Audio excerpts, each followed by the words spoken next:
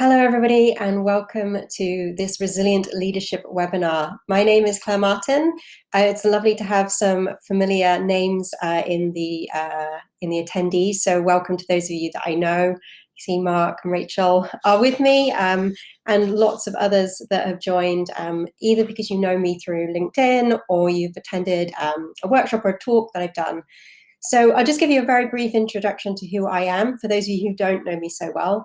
I'm a psychological coach. My background's always been in psychology, and I spend a lot of time working with individuals and in organizations, focusing on well-being and resilience and how together those things can lead to peak performance. So being at your best in a team, being at your best as an individual in what you do, in the work that you do, but also more generally in life. So this workshop is really around this idea of transforming your well-being to sustain performance. So it's initially the focus of today's session will be very much on you as an individual in your role in your workplace, and hopefully beyond that in life in general. And with the idea that we can then have a positive impact on others around us as well. So we must start with ourselves, and then we can take it that step further. So I'm going to make this session as interactive as I can. It's really important to me that there's lots of relevant and actionable information for you in this session, because you're giving an hour of your time to be here today. And towards the end, what I want to talk to you about, as well as give you, some of you who will be interested in my details about my program, which is Resilient Leader Coaching. And you'll get a feel for it as I go through sort of my style and what I have to offer. And then I'm going to put time at the end to have a Q&A, which you can start throughout, sort of adding your questions to the list, which I'll give you in a minute. And there'll also be an opportunity to book a 20-minute session one-to-one with me, if that's interesting for you. Again, as we go through, I'll give you a little bit more information about that, and I'll give you the link to book that if it's relevant for you. So before I go into all of the detail of what I want to cover today, I would like to know what you are hoping to get from the session. You signed up, you've turned up, you've given up your time. So this is an interactive slide. If you have your phone on you and you get your camera out and scan that QR code, it will take you to just a webpage called slido.com. If you don't have your phone, you want to do it on your computer, if you go to slido.com and put in that number, but if you use the QR code, it'll take you straight there. And this gives us sort of a way to interact in a bit more of a slick way, if you like, than the chat box. The chat box is there for you as well, of course, if you want to use it. But if you could scan that and just let me know what you would like to get from the session. It'll appear live on the screen when you type something in. I can see one person's typing already, so thank you to whoever is engaging quickly with the with this technology. If you've not used Slido before, it might be something you want to have a go with. It's something I've come across fairly recently, and it's a lovely way to get more interaction in these types of sessions. Thank you. So someone said, hearing current views and ideas. The other nice thing about this is it's anonymous, so put whatever you want. You could ask a question here too. What it helps me is guide me for the session. So I have a little bit of an idea of what you're hoping to gain from it. If you're looking for tools around wellbeing, it's something I'm going to specifically focus on and give you some insights into, but I'm really going to give you that kind of focus on maybe what's not working and then how do we overcome it. And those are the things that are really useful often for people when they turn up to a session like this. Is you've got ideas, okay, so there's things people would like to get. So development, how to manage things, different topics for a leader, specifically as managers, tools I can use in the workplace. Someone else has said keeping up to date around wellbeing and leadership issues. Lovely. So loads of different things coming here. Transforming mindset and perception of work. Thank you for all engaging with that. And as you can see, there's lots of different things that people are looking for. But often there's a similarity there. You know, if you're a leader in an organization, you've probably got all sorts of similar things going on. So what I'm going to do in this session, in this hour webinar, is kind of break it into three parts. And the first is really talking about potential, and in this case, your potential. And of course, you could take this further and use this in context of your work to support others. But we have to understand what it is that we need or what we want. If we're going to talk about performance and well-being, what does that look like? And are there any barriers that might be holding us back? So I'm going to go into that and kind of show you the process that I would take when I'm working one-to-one with a client, and share with you some of the tools that I use when I go into corporate environments and run training on this.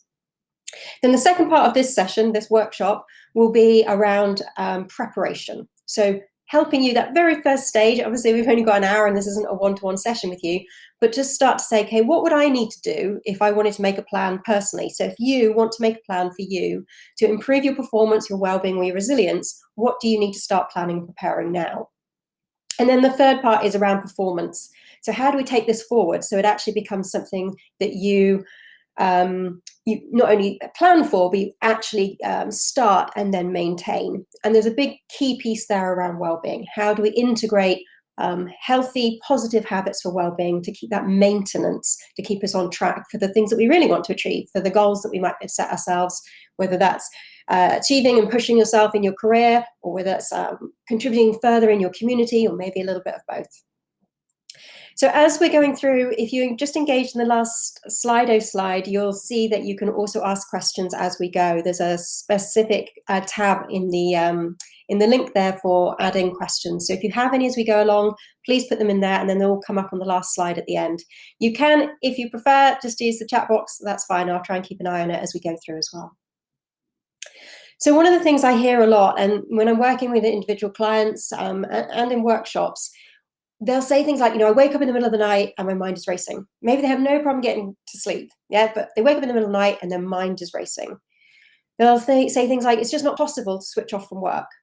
Okay, it's not possible. These for me are little moments where they catch my attention, where I want to have a conversation around it. You might say something like, there's too much going on and I'm firefighting. Maybe you relate now to those phrases of firefighting or not being able to switch off. Sometimes I'll have to actually work through huge barriers around guilt before I can get somebody to start looking after themselves. They actually feel guilty to prioritize themselves because they're a leader and they're there supporting other people, and that's part of their role.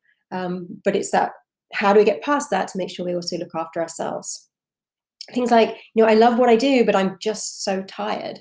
And sometimes that tired is physical, sometimes it's emotional, psychological. But if we sort of step out from that and say, how do we get past these barriers, these things that are essentially stopping us from being the most resilient leaders that we can be? So when I ask people to focus on well-being or resilience or what they're already doing, I often see things that are essentially holding them back from achieving what I believe and I've seen with my clients so that can be achieved. So too often we'll see things like, they're not getting any support or guidance along the way, or they're using well-being tools literally as a plaster to kind of cover up the fact that stuff's really going wrong, that things are really difficult right now. And I'm all for boosting our resilience and our well-being with small interventions. I'm even going to share some with you today. But if we don't simultaneously look at what's going on in the background, maybe that's the situation we're in, maybe that's a thought process that's actually in the background, niggling away at us, that, or even maybe not saying very nice things about ourselves, kind of, grinding down some of our self-esteem. We can use all the well-being tools we like, but probably we're not going to reach that level of performance and resilience that we're looking for. Maybe it's failing to address what might hold them back. So that's that piece that if we're not willing to delve that a little bit deeper, and this is the wonderful thing about coaching, because when you're in a one-to-one situation, I get to have that conversation where I can ask those questions that delve a little bit further into, what's the reason you haven't done this? What's stopping you? The other thing that I see a lot is that people are really only focusing on surviving. So they'll kind of focus on this idea of, we want to avoid burnout, rather than seeking how can we achieve this level of thriving where we are feeling well in ourselves, but we're also performing to our absolute optimum. And that's the piece that I'm going to really explore in this session, because if we can aim for that, we are much, much further away from being at risk of burnout. Whereas if we only aim for just not getting to burnout, for me, it's a little sad, because we're not actually allowing somebody to truly thrive. So I want to help people, and all the work that I do with my clients, and some are at that point of burnout, but we don't just say, let's remove this. We also look to that future focus. The other thing that I hear an awful lot is people saying that they shouldn't need help. Leaders particularly, I don't know, perhaps you relate to some of these things, but that feeling that I should be able to do this myself. And that word should is always one to watch out for, because it's a way to beat ourselves up. So what I'd like to know is, just for those of you who are online right now, which of those do you relate to? Maybe it's things you've heard being said a lot, or maybe it's personal, that you actually feel it. This poll is completely anonymous, so your name's not going to come up next to it if you click one or all 5 of them. But just the poll should be active in the same page that you were at last time. Which do you relate to? Okay, already we've got some people responding, failing to address what might hold them back. That can be a major barrier. Okay, some more people saying focusing on avoidance. Oh, it's all really coming up now. So we've got almost all of them are coming up. So people feeling like they shouldn't need help is really a big piece. And I see this all the time. And it's something that I work with almost at that early stage, because if we don't, we are really limiting ourselves. Okay, so failing to address what might hold back seems to be in the top there. Thank you for engaging with this poll. But sometimes it's nice to see what other people are thinking too, because it's nice to know we're not alone. We're not the only ones that do this. That it's human. You know, it's tough to go deeper and address what's going to hold us back. Most of us feel like we shouldn't need any help, or not get the support and guidance along the way, because we're too busy. We're too busy helping everybody else with the work that we do. So thank you for engaging with that. And what I want you to do is just to hold on to the one for you that was perhaps the key, because that's what we want to focus on first and start to address to move forward. Okay, so this model is, for me, really powerful and a really lovely reflective tool. And some of you might have come across this or something similar before. But you can see that it's a quadrant model with the vertical axis being high well-being, and then the horizontal axis being performance. So in the top right, we have high well-being and high performance, and this is a state of thriving. This is obviously, for most of us, an optimal place to be. It's when we feel like we're at our best. We are well in ourselves, so we're looking after ourselves physically, emotionally, mentally, but we are also pushing ourselves. We are seeking to achieve our goals. Maybe we're pushing ourselves in our career. We are, when we're engaged in activities, we feel like we're on fire. That would be my explanation for how I would feel when I'm thriving. So that's a lovely space to be, but in reality, there will be other things going on in our lives, and that won't always be how things pan out. So if you move over to the top left, you can see high well-being is not enough on its own. So you could be in your teams as a leader, you might have people who are looking after the well-being, they haven't got too much stress in the workplace, maybe because you're being a brilliant leader and supporting them, but their performance isn't as high as we want it to be. So they are happy, yet they might not be fully engaged in what they're doing.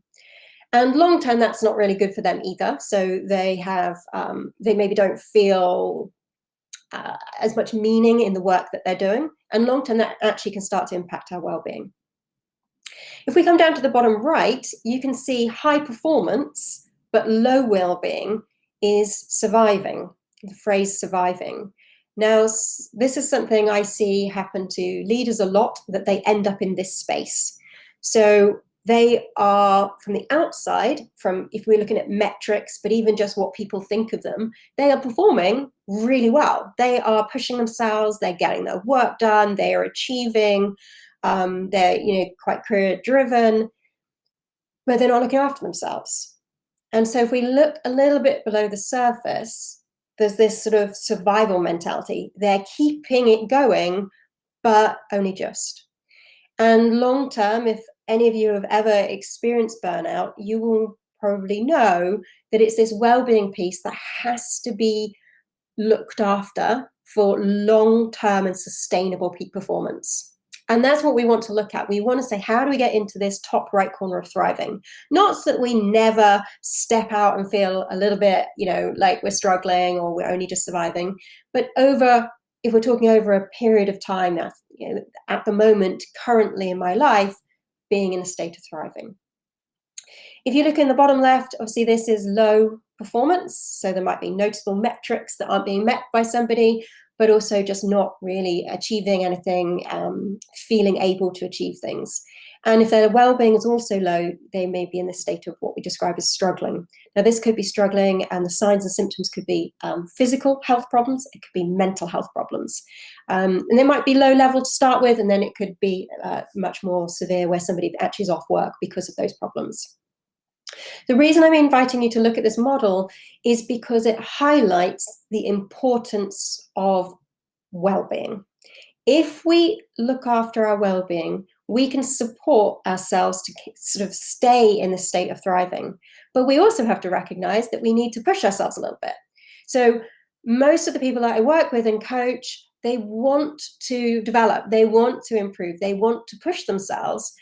But I know, and I've seen it before in clients and people I've worked with in organizations in sort of a wider groups, is that if we don't also prioritize well-being, they won't actually really be at peak performance. From the outside, it might seem it, but really when it comes to it, they're not actually in that space.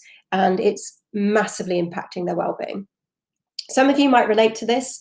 It depends where you're at right now, but just take a moment to reflect, because what I'd like to know is, if you had to put an X on this quadrant model right now, where are you? Where are you at the moment?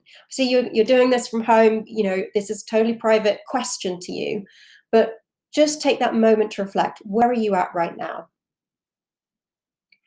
I really want to help you, as I said, not only just avoid burnout, not only avoid getting to that space of struggle, but also learn to thrive. So coming back to this model, where are you? Because if you are in a space of high performance and high well-being, thriving, you are amazing. Like, I salute you, because it's not easy to stay there all the time, but it means you've got certain things in place that are keeping you there. If you're finding yourself in this place of surviving, or in that happy yet disengaged, not really performing, succeeding what you want, there are probably tools, and I hope things that I'm going to say in this session that are going to really move you forward. If you're in a space of struggling, what I would really urge you to do, particularly in the session, is really look after yourself. Do what you need to do to care for yourself, because it may be that pushing forward and looking at your goals is not where you're at right now. And more than anything, it's probably doing one small thing to improve your well-being. And we're going to focus on that quite a bit. And I'm going to give you a model to focus on that as well. This model is also really useful if you want to use it with other people. So, you know, you don't have to have the pretty colors and on a PowerPoint. You can just get a bit of paper and, you know, just draw a big X and, you know, just describe what they mean and ask someone to put an X on that. And it's amazing how it can open up a conversation with someone who perhaps didn't have the words to articulate how they're feeling. But when looking at a model like this, it can be a powerful insight sometimes for people. So consider, if you're in a leadership management role and you're having a wellbeing conversation with someone, maybe it's a tool that you can use to support them as well. So moving forward to this idea of how do we learn to thrive, we're going to focus on in this session some of the key things that I mentioned earlier that often I hear people saying. So many leaders seem to get caught up with this idea of sort of firefighting. It might be a phrase you use, it might not, but this, you know, you're dealing with whatever comes in all the time. People are emailing you, people may be calling you. If you're in not remote and you're actually in a workspace, perhaps people literally knocking on your door, and suddenly they become the priority. And yet you've got a whole heap of other work to do, but probably also some element of creative work that's needed, strategic work that's needed, which requires time to think. And so I want to help kind of position this idea that we can move from being busy firefighting towards what I describe as a strengths-based leading. And I'm going to explain what that means as well as we go into the session. The next thing I see an awful lot is that people sacrifice their well-being as the first thing. You know, so got loads of work on this week and I've really got to get this report in before tomorrow morning. So I won't go to the gym tonight, but I will go on Friday, right? And maybe you go on Friday, maybe you don't. But in that moment, you've sacrificed something that perhaps is important to you, that's good for your well-being, and would perhaps have actually made you more productive in the work that you needed to get done. And you know, it might not be the gym, it might be, I'm not going to go out for that walk at lunchtime, I'm going to push through and get this work done. And every once in a while, we do that. I do it too. Every once in a while I've got, I'm running a day's training and I'm up against the clock and I need to get some work done. And so I think I'm going to, just push through lunch and then I'll get some food in a bit. Now, every once in a while, that's fine. But if we do that on a regular basis, not only is it not healthy for us, but it probably changes our feeling around this work-life fulfillment, because work and life are very much integrated, but we want to feel fulfilled in both of them. Then the next thing is too many people going it alone. And when I asked you some of the things that hold you back, lots of you actually, on the poll highlighted that feeling like you shouldn't have to ask for help is a key thing that I see all the time. And so I work with my clients to help them move from this kind of belief that I have to do it all on my own to what I describe as appreciative accountability. And that's sort of creating a structure around how do you get support in a regular, sustained way, but that is useful. And again, I'm going to go into each of these for you in more detail. I can see there's a question in the chat which says, will we get the slides afterwards? Well, I'm actually recording it right now, so I'll be sharing the recording, so you'll be able to sort of watch it all again if you wish, and therefore access to the slides in that way. So just to give you a bit of an insight on what I'm going to cover with you today, I do lots of one-to-one coaching with individuals, with lots of leaders, but I also go into different organizations and run training. I've been fortunate enough recently for it to be quite global.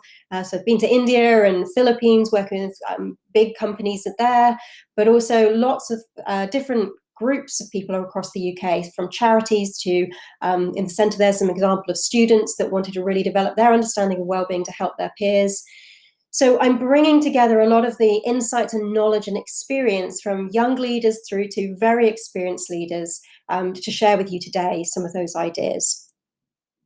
If you're not already connected with me, again, grab your phone, scan this QR code, because I do share lots of different insights and lots of different tools.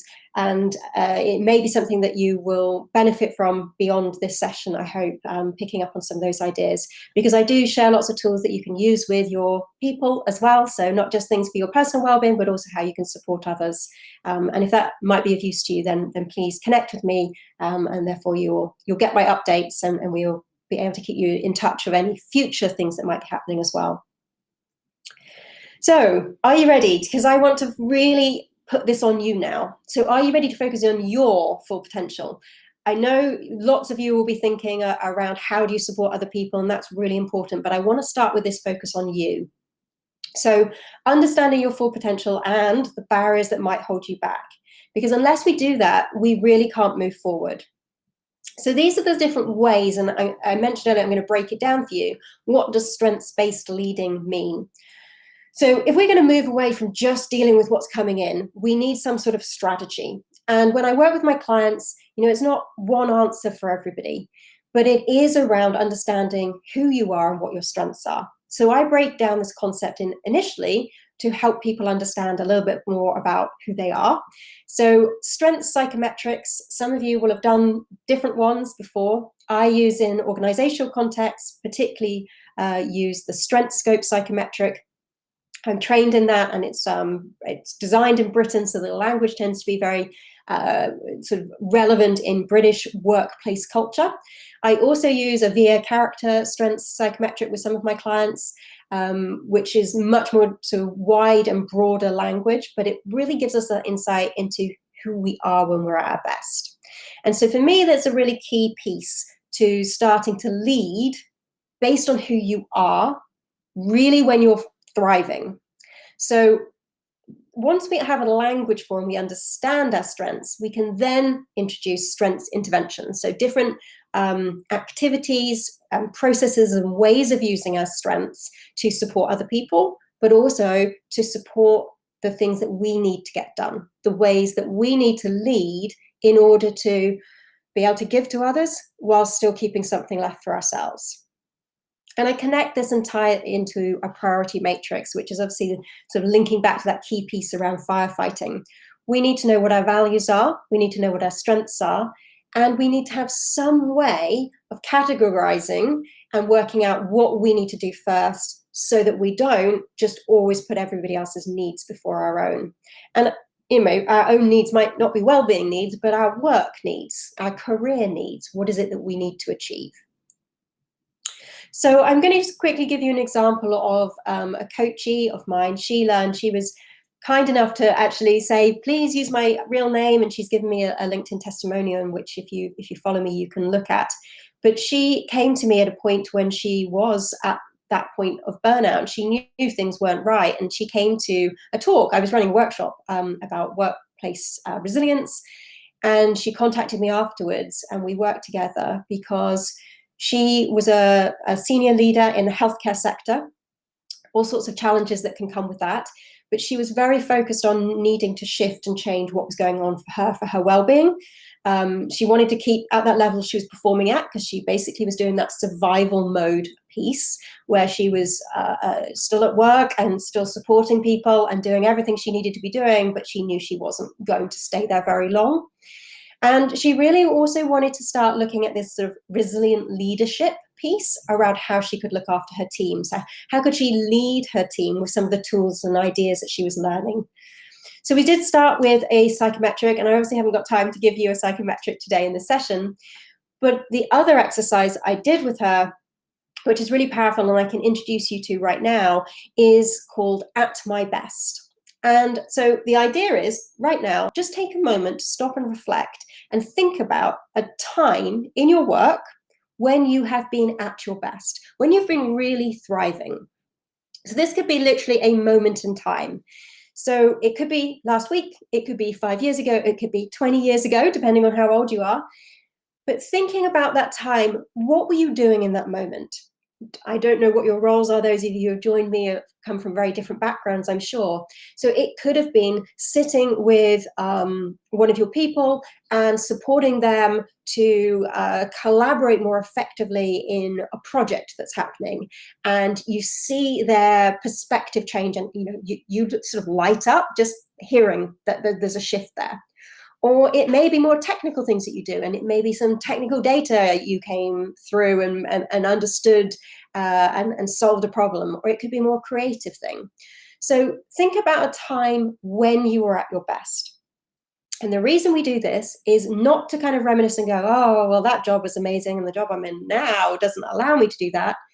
It's to say, not what were you doing skills-wise in that moment, but who were you in that moment? Were you being creative? Were you being brave? Were you being detail orientated? Were you using your honesty or your ability to communicate effectively? It's about who you were in your character in that moment. And that's the piece that we tease out. And we do it in part with psychometrics, but we also do it with these kind of conversations. So you can start doing this, and I'm only giving you a few minutes to do it in this session, but if it's something that intrigues you, you can spend ideally sort of, give yourself 15 or 20 minutes time, maybe this evening or at the weekend when you find a moment, and write it down. Write down the story of you at your best, and then see what you can pull out from it. Because when I did this with Sheila, what it helped us do is we kind of moved through into this piece of, how do we apply this then? How do we bring this into making you feel fulfilled in your work and your life without that risk of it all being too much? And so this is the sort of second part, this work-life fulfillment. Is absolutely essential. That's all, for me, it's the goal, it's the ultimate, right? That we can feel like work and life are integrated, that work is part of life, but we're fulfilled in each area of those. So one of the ways to start with that is to look at a core model of well-being. We talk about well-being a lot in the workplace, but if we don't actually have a real definition of what it is, then it's very hard to do anything to improve it. Otherwise, it's sort of just feeling good, feeling well. What is that?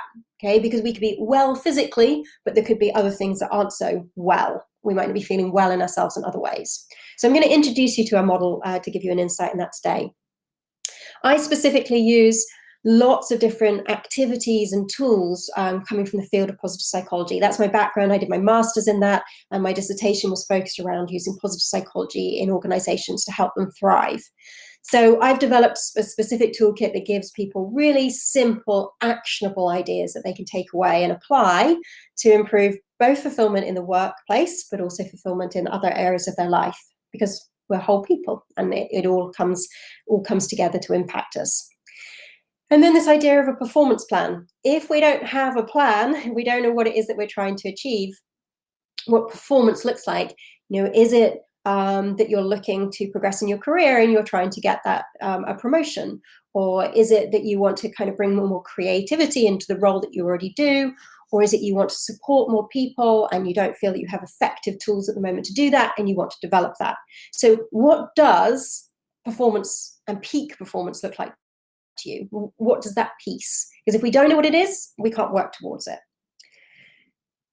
So if we stick with this idea of well-being to start with, and just give you, I just want to give you a very quick tool and a very quick insight to a way that you can measure and look at well-being. And it's a wonderful tool to use in the workplace because you can question and ask yourself, are we creating opportunities for our people to meet each of these categories? So this is known as the PERMA model. Martin Seligman is sort of a key name in the field of positive psychology. He wrote about it in his book Flourish. It was originally PERMA without the H at the end, and you'll see that H stands for health, and it was brought in a little bit later. So I'm going to go through each of the letters, the 6 different categories of what well-being is, or optimum well-being is. So in an optimum space of well-being, we are experiencing positive emotions every day, and ideally more positive emotions than negative emotions. So it's not about removing all challenges. It's not that we're never going to get angry or frustrated or sad. Those are natural and useful emotions. But if we want to be in a space of thriving, we also need to be experiencing feelings of joy and love, connection, awe, wonder, interest. And if we aren't, at the moment, if you were to reflect and think, am I getting equal or more positive emotions in a day or not, then we'd want to do a specific intervention to try and increase that. So an intervention is really an activity that we might deliberately do to boost that. The next piece of the puzzle for well-being is engagement. Engagement is used a lot at work in the sense of being engaged in your work, being an engaged employee engagement surveys and things. In psychology, they define it very much in terms of this idea that when we're doing something that we're fully engaged in, it's more an in the moment idea. When we are fully engaged in something, we lose a sense of time. Like, we're so lost in it, it just happens. But we're doing it like at our best. So it happens when we have the perfect level of challenge to our skill level. And when we meet that point, we're in what is known as flow. So Mihai Csikszentmihalyi wrote a book called Flow, and he talks about this principle.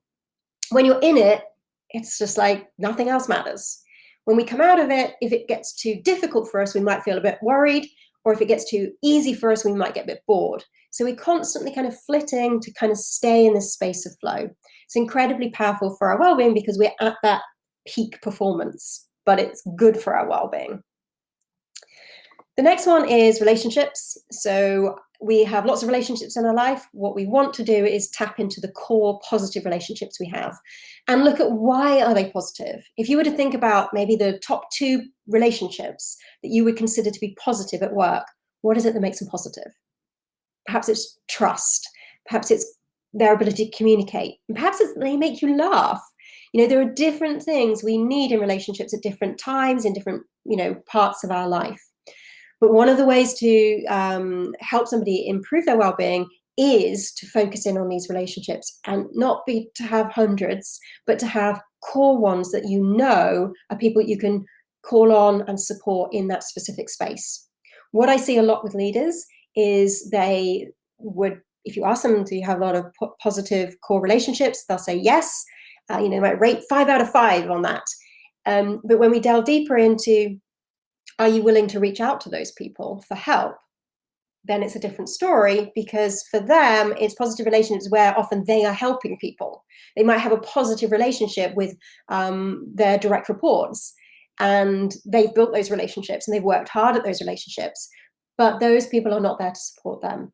So it's also looking at it from the other perspective, that how many people do we have in our lives that we feel we can reach out to when we need it? Meaning is the next category. having something that we feel part of that is greater than self. And ideally, in work that we do, we experience meaning. We feel that what we're doing is contributing to something greater, to other people's lives, to the community. And for some people, that might be greater sense of something spiritual. We can also get this in our home life from family, feeling connected and have meaning from our fulfillment purpose within our family life. So we can get this in different parts of our life, but if we're bringing this into the context of work, the benefits for well-being and obviously performance, that if somebody feels connected and feels there is meaning in their work, is very powerful. Then we have accomplishment, feeling that we're achieving things that we want to achieve.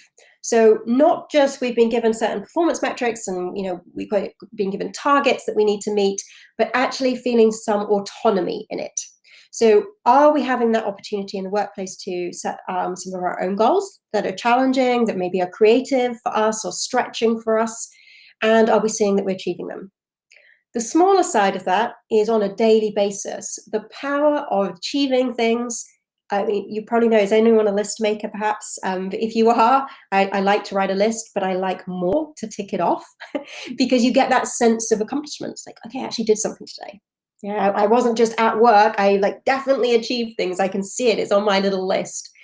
And there's, it's really powerful to have that feeling that we're achieving things. So measuring improvement can be powerful in an organization, but also on a personal level, knowing what it is that we want and how we can improve. Then the last piece is health. As I said at the very beginning of mentioning Martin Seligman's model, health wasn't initially included, and of course other psychologists critique, and this is the wonder of scientists and psychologists, is that they allow things to evolve based on critique and reviews and research. And so health means we have to acknowledge that your physical health, things like what we eat, so our nutrition, are we hydrated, have we had good sleep, are we getting exercise, all of those things impact our overall psychological, emotional well-being, as well as our physical well-being. So when we look at these 6 categories, we want to make sure that each of them has an opportunity to be developed. Right now, you might be sitting there thinking, 1 or 2 of those aren't as good as they could be. And that is that first step of reflection. And for many people just looking at this model, Martin Seligman argues that just hearing about this model can improve your well-being because it's that first stage of reflection. And once we reflect, we then have an opportunity to do something about it. So perhaps this, just by turning up today, will trigger you to think, okay, yeah, there's an area there that I could do with improving. So if you were going to be honest with yourself right now, what one thing would you like to improve your well-being? So this is the Slido page again. If you go to that on your phone, you can scan the QR code, or it should still be open. What one thing, if you were to do something to improve your well-being, based on just what I've chatted through there with the PERMA model, what one thing would you like to improve for your well-being? Maybe it's, for me, I have a habit tracking app around drinking enough water in a day. So I try to drink 8 glasses of water in a day, which when I'm working from home is totally achievable, but not always something that I naturally do. So it can be little things like that, specifically for your health. Someone said that they'd like to improve areas of health. Someone's saying walk more, have a healthier evening, be more consistent with healthy diet and hydration. These are common things, and we're all in the same boat. It's not a once done forever, is it? We have to keep these things up, and that's what a lot of the work I do as a coach is helping people create that accountability, and that's that principle of appreciative coaching that I'm going to come to next. How do we keep these things in place? How do we get the support that we need? Because even though we know all these things, it doesn't mean that we always do them. So yeah, this is that next step. You know what you need to do, but are the things holding you back from doing it? And it's not usually that really obvious conscious stuff. Like, why don't I always drink 8 glasses of water in a day? Like, it's totally logical. It makes sense. I have free, easy access to running clean water. There's no reason not to. So what is it behind that that's holding me back? And maybe it's something specific. Or maybe it's just creating a norm. So rather than going for a coffee, my new tactic is before I'm allowed a coffee, I have to drink 1 glass of water. And it's amazing if we can attach habits to something that we do already, so a habit we already have that's existing, we can start to create that little connection. And I'm almost using the coffee as a reward, if you like, for having that glass. But what it means is I'm creating a new habit for drinking water in the morning before I have a coffee at 11 o'clock. So this principle here, and what you can see in this model I'm showing you, is when I talk to people about appreciative accountability, it's in part starting with the things that might hold us back. What we want to do is create positive belief reframes. So lots of you will have talked about reframing in the past, shifting from I can't do this to perhaps I can in its very simplest form. If you've ever come across growth mindset, the idea if you hear yourself saying I can't do that, just add the word yet at the end. That's in its very simplest form can create possibility. But a lot of the work I do in coaching is delve a little bit deeper. So I have a lot of training from a cognitive and behavioral perspective. And so cognitive and behavioral coaching starts to ask us, what are our thoughts, but also what are behind those thoughts? What beliefs have led us to have those thoughts about the way we behave? And if we can tap into those and explore them, sometimes they just need the smallest tweak, and it shifts our whole approach to looking after our health, or leading in a different way, building our confidence to go for that job we really want to go for. So the things that can hold us back might be very small, but they're having a big impact. The other piece that I introduce in my model, and this is the work I do with my coaching clients, is around having 5-star support. I mean, 5-star, obviously, in you want the best people to support you, but also this principle, and some of you will have come across this idea that you can do it on a star, you can do it on your hand, that you have 5 people that you can reach out to. It's that piece I asked around relationships. Do you have 5 people that you as a leader know you can go to? Okay, because if the first person's not there, you can go to the next person. If they're not available, you can go to the next person. And it's perhaps different people at different times for different things that we need to have an awareness of. And then this piece around appreciative coaching. This is a sort of methodology, if you like. It's a perspective that I use in my coaching with my clients. So people who work with me get some appreciative coaching from me, obviously. But I also encourage them to start putting in place those kind of conversations that they can have in the workplace, perhaps with other leaders that they work with, or perhaps with your own manager or boss that you have. And it's around not just having a conversation about everything that's difficult or all your challenges. It is sometimes we just need to have an offload. Those are important too. But it's also having somebody who can start to have a conversation which is to ask you questions in an appreciative way, to pull out what's working, even though everything seems to be going wrong, which piece is working, what are your strengths in this moment? So going back to that strengths-based leading, and how can you take that forward? So to give you a sort of an insight, this is the idea. If you would like to have a coaching session with me, I'm offering these 20-minute short sessions with me at the end to have a small experience, if you like, of coaching in this way.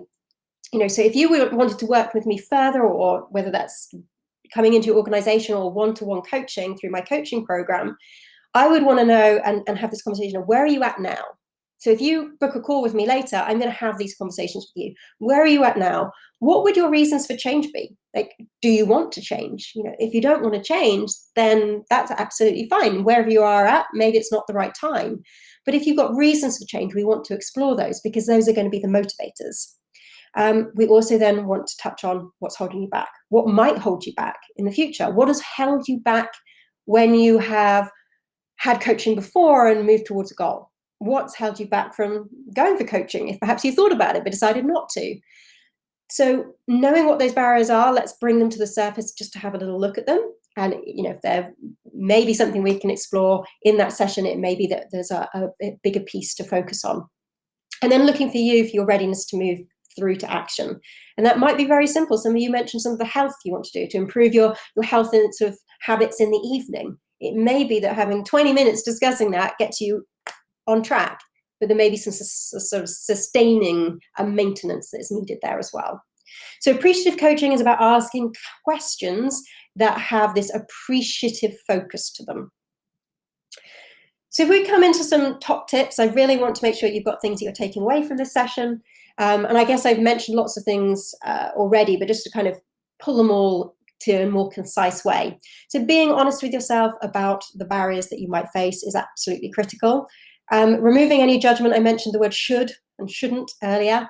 We want to watch out for these because they tend to just create this feeling of like giving ourselves a hard time, and they don't actually promote moving forward or growth. Looking after your physical well-being cannot be underestimated, and since lots of you said that that was the one thing from the PERMA model that you'd want to work on, I think you're probably on the same page as me about that. Starting small, don't overwhelm yourself. Yeah, it's easy. You know, I run workshops, I run whole day training, I run 3-day training programs in organizations sometimes. And, you know, we cover so much stuff. And I always say to people, you know, you can't do it all. So start small, but still have this aiming high for that space of thriving, wherever you're at to start with. And I urge you not to do it alone, whether it's that you decide to have coaching with me or somebody else, or you reach out to a friend to kind of have an accountability partner, or, you know, you've got a colleague that you can work with in a workplace. Think about getting that support so you're not doing it alone. The second kind of perspective is preparing this, designing your plan to move from survival to peak performance. If you are in a place where you are not already where you want to be, you want to move forward. And this is the process I take clients through. So it starts with those questions, those appreciative questions. What is your full potential? What might be holding you back? Then we move into action. Action is often looking at what might be the right tools for you right now. You know, I've put together this leadership coaching program, but it's individual. It's very specific to different people. So what's going to be right for you in this moment might be different for in 3 months' time, but also different to a colleague or a friend or a family member that you know. Then we have to cover this idea of maintenance. So I always work with my coachees to focus on what's next. After they've maybe finished coaching with me, what I want more than anything is them not to need to come back, because that means the work we've done has really had a lasting impact. And the piece that I love the most, and I do see with quite a few of my clients, because I tend to coach leaders, they often want to share that with their people because it's had such a profound effect on them and their well-being and their performance and how they feel about everything, their work and their life. They end up wanting to role model and share that. So just to give you an example of a client I worked with, he started off as my coachee. So he had one-to-one coaching with me. And he really felt like he was constantly firefighting. I put here, he's a self-help book fanatic. You know, he'd read more self-help books or psychology books than I had. And yet, you know, he didn't know where to start. It's overwhelming sometimes. How do you actually put any of that into practice? What are the right things that we need right now? And he was a director of a small business, but it was a growing business. So there were sort of extra challenges around that. And really, he didn't have a plan to move forward. That was the biggest issue, I suppose, when we first started working together. He didn't know what peak performance looked like, and that wasn't a conversation that they were having in their organization at the time. The performance was around the organization's performance rather than as an individual, and that was the piece missing. So he just felt too overwhelmed to take action at the time. And he was trying to look after everybody because he felt, you know, in a role as a director in a small business that didn't have an HR team to be in that role, and they had a very sort of only other 1 or 2 sort of line managers to support. So he was taking on a lot of that himself. And because he felt like he wasn't coping, there were fears that his competence would be questioned. He was the director after all. He needed to be able to cope and manage everything that was going on. So we worked together for 3 months initially, and we did all of these things that I've just talked to you about, you know, brought in the strengths-based leading. We worked on like what was missing from his well-being, some tools that would help him how to move forward from a performance perspective, what he wanted to achieve, and put in place this kind of appreciative accountability. And really what we saw very quickly was his stress reduced because he was starting to reach out to his colleagues, the other directors, for support, and actually using his strengths gave him more space away from firefighting so that he was able to look after himself a little bit better in the background, and then he had more time to give. It boosted his confidence dramatically, and that meant he was much more able to engage with feedback in the organization to improve things. He set aside time for more creative work, you know, just small bursts to start with, but that was the piece that was missing for him from a strategic perspective to kind of move the company forward. And as a result of this, not just because he is like looking after his well-being, but the improved performance actually ended up giving him more energy and focus, because he felt fulfilled in what he was doing again. It was his business. He loved the work. He loved what he's doing. He believed in it, but it wasn't all going as he wanted it to. So when he kind of made these changes, we really saw that shift. And I actually ended up working with the whole company for about 6 months, sort of ongoing after that, to introduce some Wellbeing ambassador program for them, where they actually created Wellbeing ambassadors that started to build a culture of wellbeing that could support each other and move through to that maintenance piece. So this last part kind of this session, the performance piece, focusing on wellbeing to sustain peak performance. This is really key, because when I work with my clients to reach that peak performance, it's not enough for me to say, okay, we've got a plan, you're heading in the right direction. It's like we need to go that step further, because we have to have the tools that we need. You need the tools that are relevant to you at that right moment. And I help people identify that partly through a lot of the tools that I've put together in my positive psychology toolkit, but also we expand that out. Maybe an example with one client recently is what they were working on was trying to give feedback to somebody that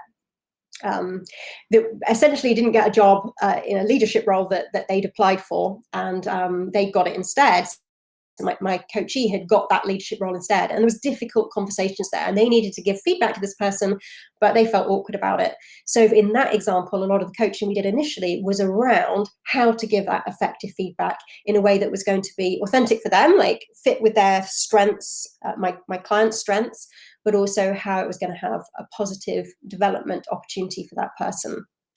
So the tools that you need are going to vary depending on what's going on for you. I always sort of look into this space of how do we manage stress and build the resilience to future events, because I want people to go forward and not need me the whole time. And I support them on this kind of personal journey to make sure that they have a sustainable vision of what full potential looks like. For so many of us, we haven't even really explored, what does that mean? I mean, what could that mean for the rest of this year? What could that mean for the next 5 years? We maybe looked at it 5 years ago, or we looked at it a year ago, but has it shifted? Has it changed? Have our values or our home life, our situation changed? So these are kind of the key things I look at. You can look at some testimonials, and I think Mark actually is on the line now. So this is taken a screenshot directly from my LinkedIn profile. And you can see that some of my clients working with Sheila, who I mentioned earlier, have found benefits working with me from a coaching point of view, and some of the training that I've done going into organizations. So if you're not familiar with my work and you want to kind of check in and find out a little bit more about me, please go to my LinkedIn, and you can see some of my testimonials there to find out a bit more. So just kind of pulling this again together from a sort of top tips perspective that have you to have some takeaways. And it might be that you just take away one of these things, that to try and take all of them is too much, but one will fit with where you're at right now.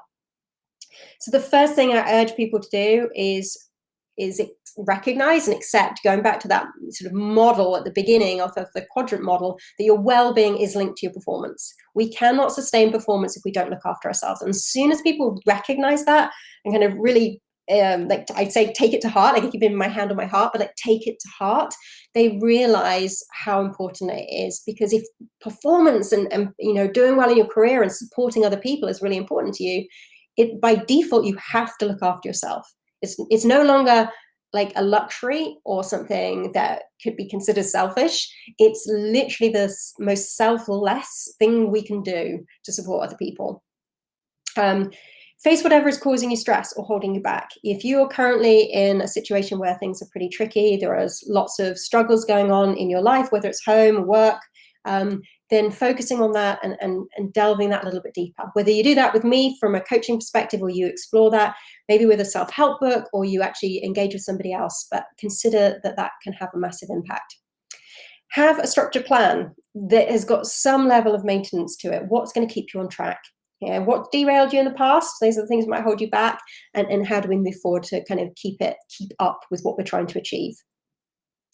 I'd love you to explore your character strengths. This is something I do lots of work with. If you've not done it before, take a moment to do that at my best exercise. Spend a little bit of time, write a story of you at your best. And if you get into it, you could compare 3 different stories of a time at work when you're at your best, and really pull out who were you in that moment. And then you can apply those elements of character for sort of maximum gains in the future.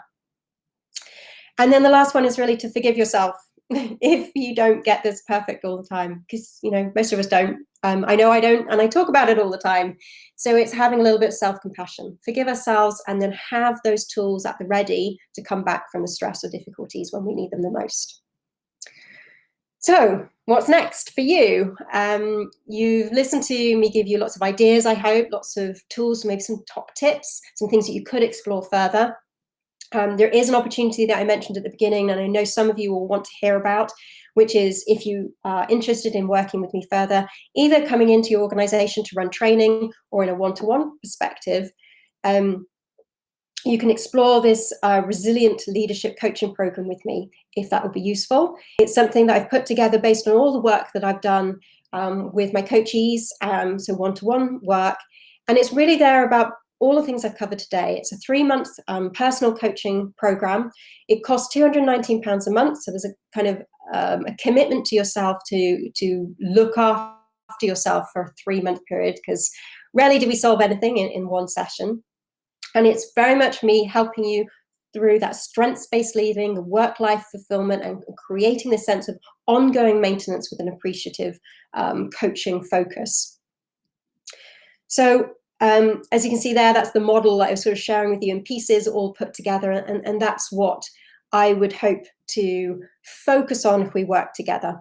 It's not we do it 1, 2, 3, 4, 5 kind of focus step by step. As you can see, it really all comes together to create this sense of, as a leader, you flourishing and thriving. So being resilient, having that level of well-being and performance that is critical to being a resilient leader. So the coaching program allows people very much to reduce their stress and overwhelm. So some people will come to me in this space, not everybody, but it allows them to get back on track and achieve the things in their work and sort of focus on the work that they really actually want to work towards, to focus on. For many, it might be avoiding burnouts and moving from that place of survival, kind of moving higher towards that place of thriving. Sometimes it's around, people will feel more energy to engage in the work they do and even push themselves perhaps to develop in their career and achieve more. Communication is a huge piece of the work that often people see developments in when they have coaching around their strengths, understand who they are at their best, what is holding them back. The way they then start to communicate with others improves. And it's often the thing that gets people in those promotions. You go to an interview and you are coming at it from a place of strengths. You're coming at it from a place of core who you are when you're at your best. And creating this healthy work-life relationship, that fulfillment piece. How do we not divide work and life and say one over the other, but how do we bring the two together? And hopefully leaving you in this place where you're performing at your highest, but you also have a sustainable way to keep that going. So inside the coaching package, what you get is 3 months of coaching. There's a strengths psychometric report that you do, and get sort of really detailed information around who you are when you're at your best, with a sort of strengths language around that. You get a positive psychology toolkit, which we use throughout the coaching program to refer to, but obviously it's yours to keep and use to support, your people, the people you work with as well. Often leaders find that really useful. And it's sort of focused around having 2 coaching sessions per month, which we arrange for a time that works for you. And then we have the option of weekly WhatsApp check-ins, because sometimes there are questions in between, or it's just a case of kind of keeping that appreciative accountability to check in that things are still on track. So if you're interested in exploring working with me further, as I say, either from a coming into your organization perspective to work with your people, or for perspective of the leadership coaching package, I've created slots to speak with me that you can book right now today. I've got slots all the way through till Sunday, so I'm working on the weekend as well, because I'm taking Monday and Tuesday off next week. So don't worry, I'm still looking after my well-being, but you can book in and you can do that. I've only got, obviously, the ability to work with a small number of people, so I'm only taking on a few clients to work one-to-one with, but obviously more if I'm working with in organizations. But if you would like to book a session with me, you can do so by scanning the QR code that's on the screen right now, or you can type in bit.ly call with Claire. And that will give you access to my Calendly page, and I'll put it in the chat box too, I think, to try and make a click and go easy for you if you want. So it's also just appeared in the chat box. That will take you through to my Calendly link, and you can book a slot with me if you would like to explore things further and have that experience really of appreciative coaching for sort of the sort of initial stage of speaking with me. There's obviously no pressure to book or do anything further, but sometimes having that first step is a powerful insight. Thanks very much, and enjoy the rest of your day.